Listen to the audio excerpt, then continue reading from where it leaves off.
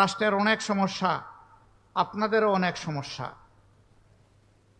এই সমস্যাগুলো যারা সৃষ্টি করেছিল, ক্ষমতাকে কিয়ামত পর্যন্ত টিকিয়ে রাখার জন্য যারা একেবারেই বেপরোয়া হয়ে উঠেছিল, মানুষের জীবন যাদের কাছে কোনো জীবনই ছিল না, ক্ষমতার শেষ প্রান্তে তারা নিজেদের ক্ষমতা ধরে রাখতে সরাসরি স্পষ্ট দিবালুকে মানুষের বুকে গুলি ছুড়ে হাজার হাজার মানুষকে তারা খুন করেছে।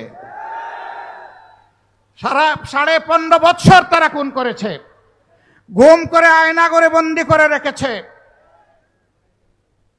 24,000-এর ঊর্ধ্বে মানুষকে জীবনের তরে পঙ্গু করে দিয়েছে।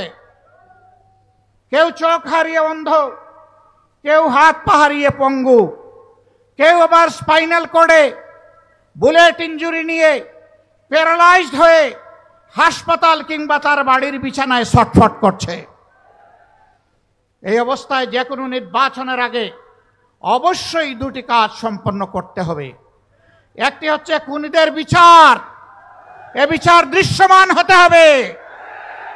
আরেকটি হচ্ছে প্রয়োজনীয় সংস্কার। এই দুইটা ছাড়া বাংলাদেশের জনগণ কোনো নির্বাচন মেনে নেবে না।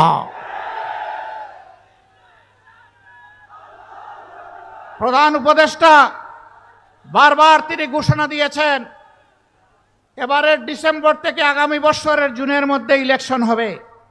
আমরা প্রধান উপদেষ্টাকে বিনয়ের সাথে বলবো, আমরা ইলেকশন চাই, আমরা সুষ্ঠু নির্বাচন চাই।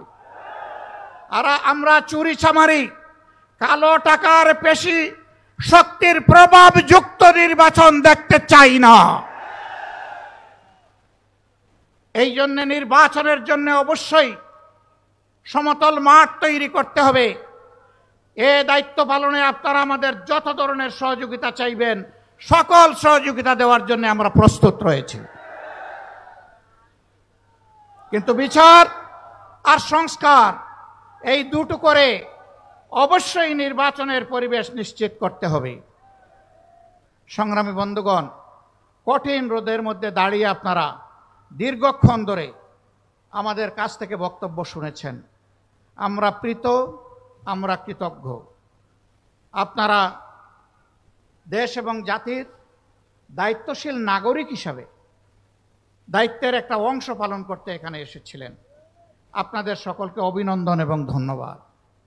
আমাদের এই বক্তব্যগুলো ঘরে ঘরে আপনারা পৌঁছে দেবেন। মা বোনদেরকে বলবেন, ইনশাআল্লাহ আগামীর বাংলাদেশ কোরআনের ভিত্তিতে যখন গড়ে তোলা হবে, তখন আপনাদেরকে মায়ের মর্যাদায় মাথায় তুলে আমরা সম্মান করব। বোনদেরকে বলবেন, আপনাদের জন্য এই সমাজকে নিরাপদ এবং মর্যাদাপূর্ণ করে তোলা হবে।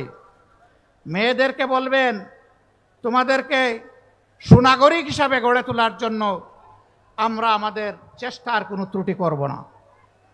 বিভিন্ন ধর্মের ভাই বোনদেরকে বলবেন, ধর্মের ভিত্তিতে আর বাংলাদেশকে আমরা খণ্ড খণ্ড করতে দেব না। আমরা একসাথে শান্তি এবং ভালোবাসা নিয়ে, পারস্পরিক ভালোবাসা নিয়ে আমরা বসবাস করব। বিপদে এবং সুখে আমরা পরস্পরের সঙ্গী হব, পাশে থাকব। এইভাবেই আমরা বৈষম্য মুক্ত, দুঃশাসন মুক্ত, দুর্নীতিমুক্ত বাংলাদেশ আগামী দিনে উপহার দিতে চাই। এই লড়াইয়ে আমরা সারা দেশের মতো লালমনিরহাটের জনগণকে পাশে চাই, সাথে চাই, বুকে চাই। আপনাদের বুকের বিছানায় আমাদের জন্য একটু জায়গা চাই।